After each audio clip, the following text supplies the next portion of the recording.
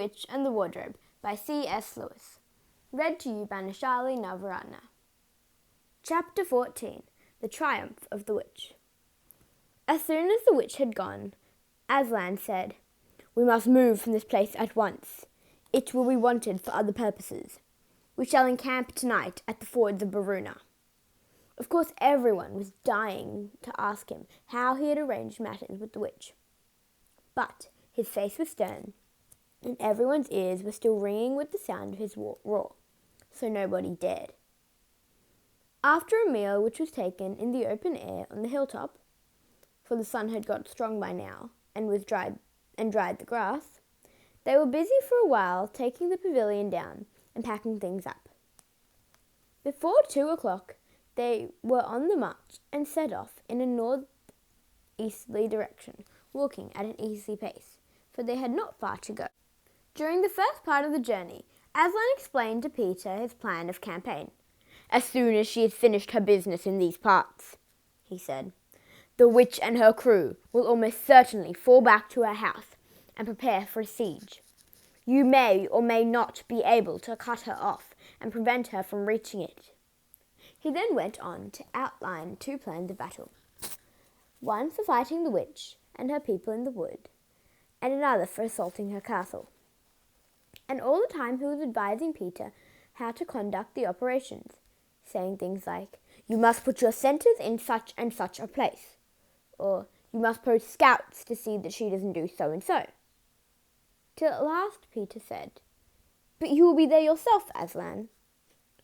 "I can give you no promise of that," answered the lion, and he continued giving Peter his instructions. For the last part of the day, it was Susan and Lucy who saw most of him. He did not talk very much, and seemed to them to be sad. It was still afternoon when they came down to a place where the river valley had widened out and the river was broad and shallow.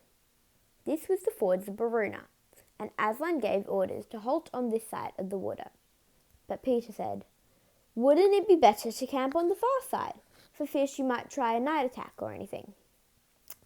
Aslan, who seemed to have been thinking about something else, roused himself with a shake of his magnificent mane and said, "Eh? What was that?" And Peter said it all over again. "No," said Aslan in a dull voice, as if it didn't matter. "No, she will not make an attack today." And then he sighed deeply, but presently he added, "All the same, it was well thought of. That is how a soldier ought to think. But it doesn't really matter." So they proceeded to pitch their camp. Aslan's mood affected everyone that evening.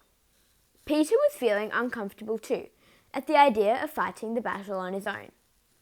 The news that Aslan might not be there had come as a great shock to him. Supper that evening was a quiet meal. Everyone felt how different it had been the previous time, or even that morning. It was as if the good times, having just begun, were already drawing to their end. This feeling affected Susan so much that she couldn't get to sleep when she went to bed, and after she had lain counting sheep and turning over and over, she heard Lucy give a long sigh and turn over just beside her in the darkness. "Can't you sleep either?" said Susan. "No," said Lucy. "I thought you were asleep." "I say, Susan." "What?" I have a most awful feeling, as if something were hanging over us." "Have you?" "Because as a matter of fact, so have I." "Something about Aslan," said Lucy. "Either something dreadful is going to happen to him, or something dreadful that he's going to do." "There's been something wrong with him all afternoon," said Susan. "Lucy, what was that he said about not being with us at the battle? You don't think he could be stealing away and leaving us tonight, do you?" "Where is he now?" said Lucy. "Is he here in the pavilion?" "I don't think so." "Susan, let's go outside and have a look round. We might see him." "All right, let's," said Susan. "We might just as well be doing that as lying awake here."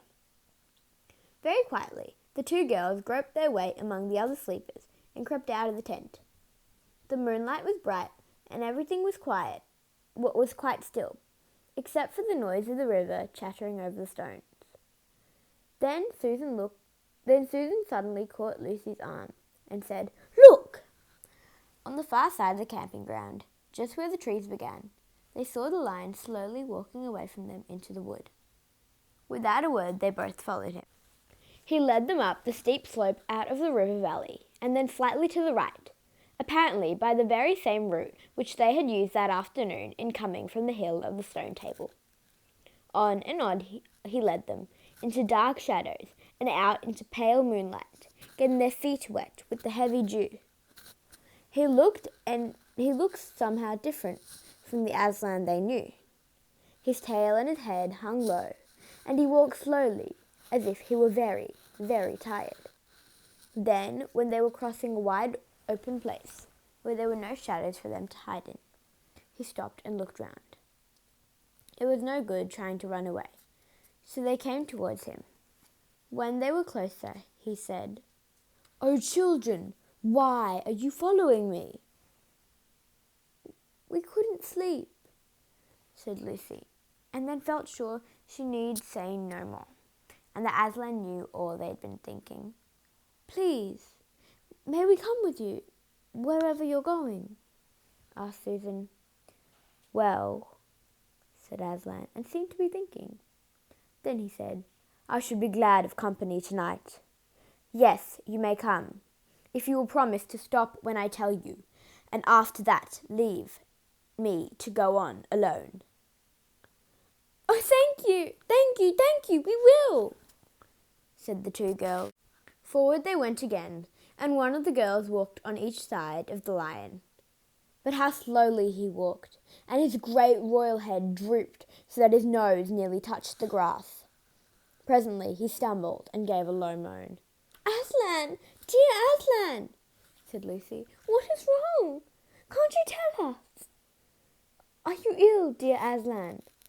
asked Susan. "No," said Aslan.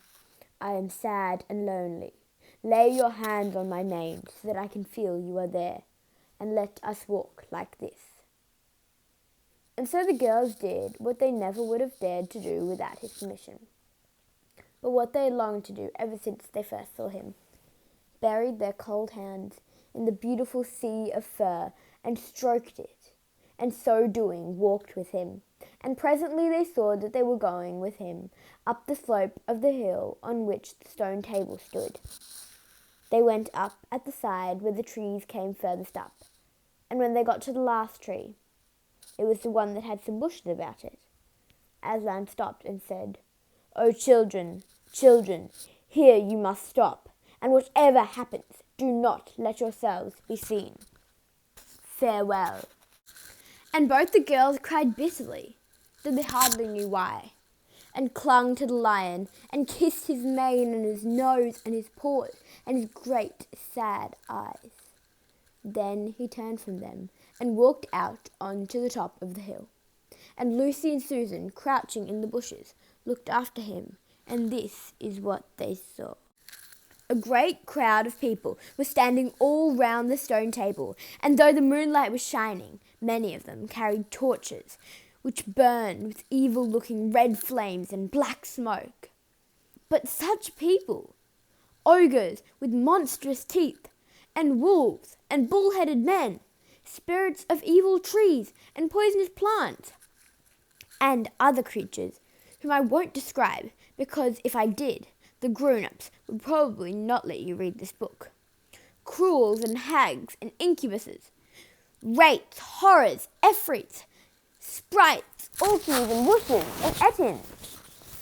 In fact, here were all those who were on the witch's side, and whom the wolf had summoned at her command. And right in the middle, standing by the table, was the witch herself. A howl and a gibber of dismay went up from the creatures when they first saw the great lion pacing towards them, and for a moment even the witch seemed to be struck with fear herself. Then she recovered herself and gave a wild, fierce laugh. "The fool!" she cried. "The fool has Bind him fast! Lucy and Susan held their breaths, waiting for Aslan's roar and his spring upon his enemies. But it never came.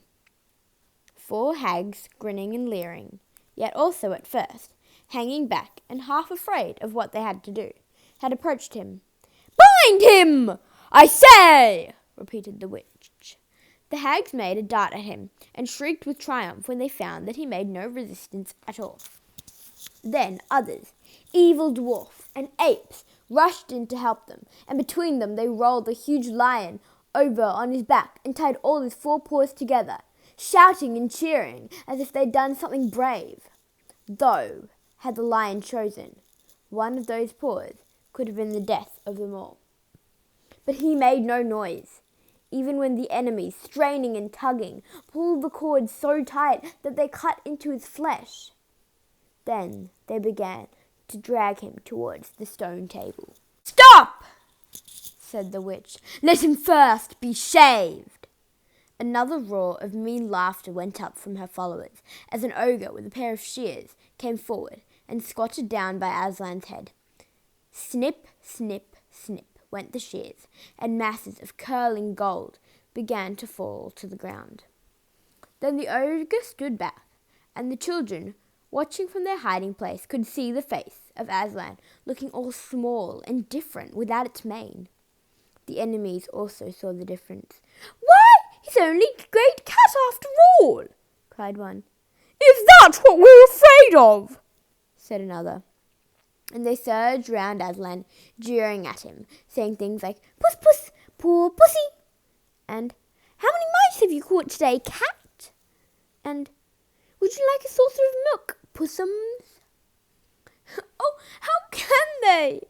said Lucy, tears streaming down her cheeks. "The brutes, the brutes!"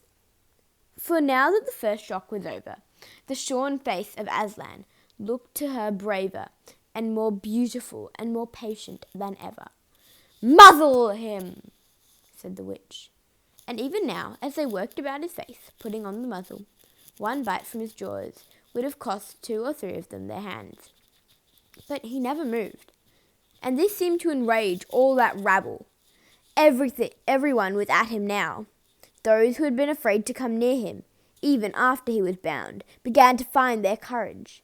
And for a few minutes the 2 girls could not even see him. So thickly was he surrounded by the whole crowd of creatures, kicking him, hitting him, spitting on him, jeering at him. At last the rabble had had enough of this. They began to drag the bound and muzzled lion to the stone table, some pulling and some pushing. He was so huge that even when they got him there, it took all their efforts to hoist him onto the surface of it. Then there was more tying and tightening of cords. "The cowards, the cowards," sobbed Susan. "Are they still afraid of him, even now?"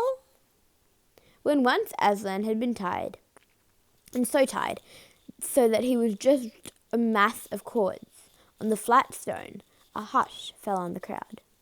4 hags, holding 4 torches, stood at the corners of the table. The witch bared her arms, as she had bared them the previous night, when it had been at Edmund instead of Aslan. Then she began to whet her knife. It looked to the children, when the gleam of the torchlight fell on it, as if the knife was made of stone, not of steel, and it was of a strange and evil shape. As she drew near, she stood by Aslan's head. Her face was working and twitching with passion. But his looked up to the sky, still quiet, neither angry nor afraid, but a little sad. Then just before she gave the blow, she stooped down and said in a quivering voice, "And now who is born? Fool! Did you think that by all this you would save the human race? Now I will kill you instead of him, as our pact was, and so the deep magic will be appeased.